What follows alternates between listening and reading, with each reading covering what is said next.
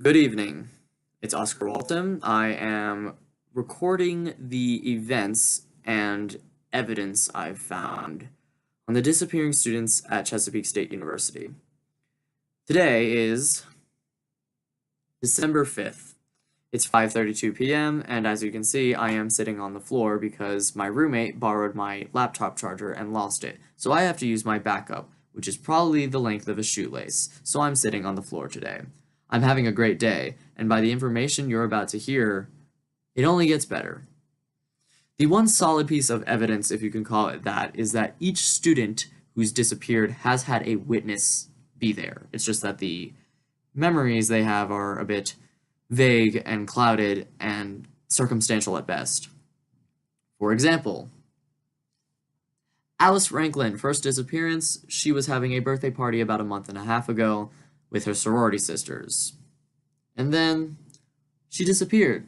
She doesn't have any record of her leaving or anything, despite about 2 weeks after her supposed disappearance, one of her sorority sisters got a letter in the mail saying that Alice was having a great time spending time in Florida, studying abroad, which I know sorority girls aren't exactly the smartest, supposedly, but I highly doubt a sorority girl would think that Florida is studying abroad. Regardless, this is just a supposed mix-up, right? Then that leads into Dre Sorry. He was at a Delta Pi Pi party about 3 weeks ago, and his girlfriend Cecilia reported waking up the next morning not having him there. Both Cecilia and Dre were there, and normally when a girl says they don't even remember turning up home from a Delta Pi Pi party, that is just a different unfortunate story. However, she insists that she was with Dre the entire night. So the fact that he wasn't there, again, raises an eyebrow. The third disappearance, the one that I've been investigating the most out of, was Junior Kyle Mayer. He is a band member of Screaming Death. Screaming Death is Nicholas's amazing idea for a name for a band.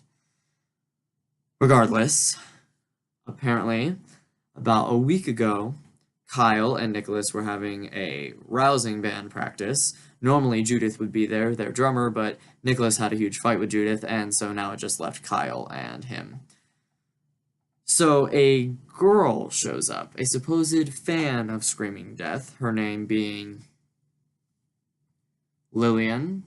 She was apparently a transfer student as well, and according to Nicholas, she was, quote, a tall, red-headed girl. She had a sexy, sexy smile. I would have gotten her number had I not had to print out my anthropology paper. See, apparently Nicholas had to leave last minute because he forgot to print out his anthropology paper, and so when he left, he printed it out, he turned it in, and came back. Both Lillian and Kyle were gone. This morning, Kyle puts on his chirp feed. Practicing my unicycling skills on the French Riviera. Having an amazing time. Hopefully we'll be back for spring break. Spring break isn't for a pretty long time. And while unicycling on the French Riviera would look a little suspicious compared to anyone else, Kyle was always a head case. But that's 3 students have disappeared out of thin air. And that's just the ones I've investigated. Then that makes 4 if you count Lillian. However, I haven't found any record of a red-headed Lillian on campus. I'm beginning to suspect that Lillian might be involved. I'll report more of my findings when I can.